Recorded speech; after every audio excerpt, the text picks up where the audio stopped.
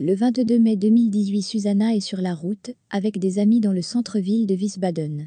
Elle ne rentre pas à la maison le soir, depuis elle a disparu. Ali Bachar arrive en Allemagne avec sa famille, 2 parents, 6 enfants, d'Irak en octobre 2015, avec le grand flux de réfugiés. La famille vit dans une maison de réfugiés à Wiesbaden. En décembre 2016, sa demande d'asile est rejetée. Il s'en plaint, de sorte qu'il reste légalement en Allemagne presque 1 an et demi plus tard. Dans la nuit du 23 mai, Ali a violé Susanna, 14 ans. Puis il l'étrangle et enterre son corps. Entre-temps, il a 20 ans, à moins qu'il n'ait menti, quand il est entré dans le pays. Ali raconte le crime à un réfugié afghan de 13 ans. Il se présente ensuite à la police. Donc, le corps est retrouvé le 6 juin, 2 semaines après le crime. La famille de l'auteur de l'attentat était déjà partie pour l'Irak le 2 juin, alors qu'Ali était déjà recherché à l'époque. La famille repart avec des passeports, dont les noms sont différents de ceux qui figurent sur les billets. Mais il ne se passe rien.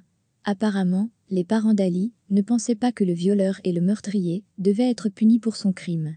En entrant dans le pays, la famille avait affirmé que leur passeport avait été jeté à la mer par des passeurs. Ali a un casier judiciaire avec divers combats, possession d'armes et autres. Parmi eux, il y a l'accusation d'avoir violé une fillette de 11 ans. La jeune fille ne témoignant pas, aucune autre enquête n'est apparemment en cours. On ne sait pas très bien pourquoi l'écolière allemande de 11 ans se trouvait dans le refuge pour réfugiés. Apparemment, elle a même été violée pendant plusieurs jours, ce qui rend l'affaire encore plus floue. Autre détail, l'auteur a emmené le corps dans un autre endroit près de la maison d'asile, le lendemain matin du crime, et l'a enterré. Il y a aussi une allusion d'un ami à la mère de Susanna, que Susanna a été violée et assassinée. La mère se rend à la police le 29 mai, avant le départ d'Ali pour l'Irak. Mais l'affaire n'est probablement pas poursuivie.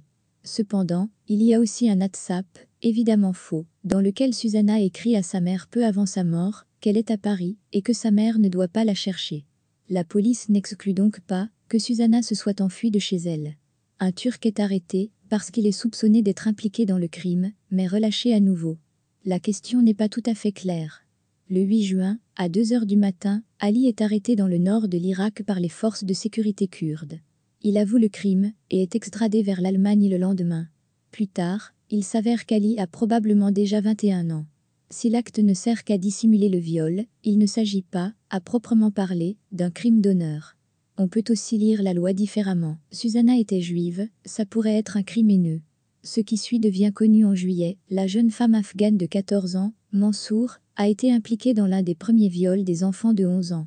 Plus tard, il a donné à la police la référence à Ali, en tant qu'assassin, mais seulement après son évasion en Irak. Mansour est arrêté. L'un des frères d'Ali aurait également été impliqué dans un viol. On dit qu'il a 13 ans, c'est-à-dire qu'il n'est pas en âge d'être puni, et en Irak.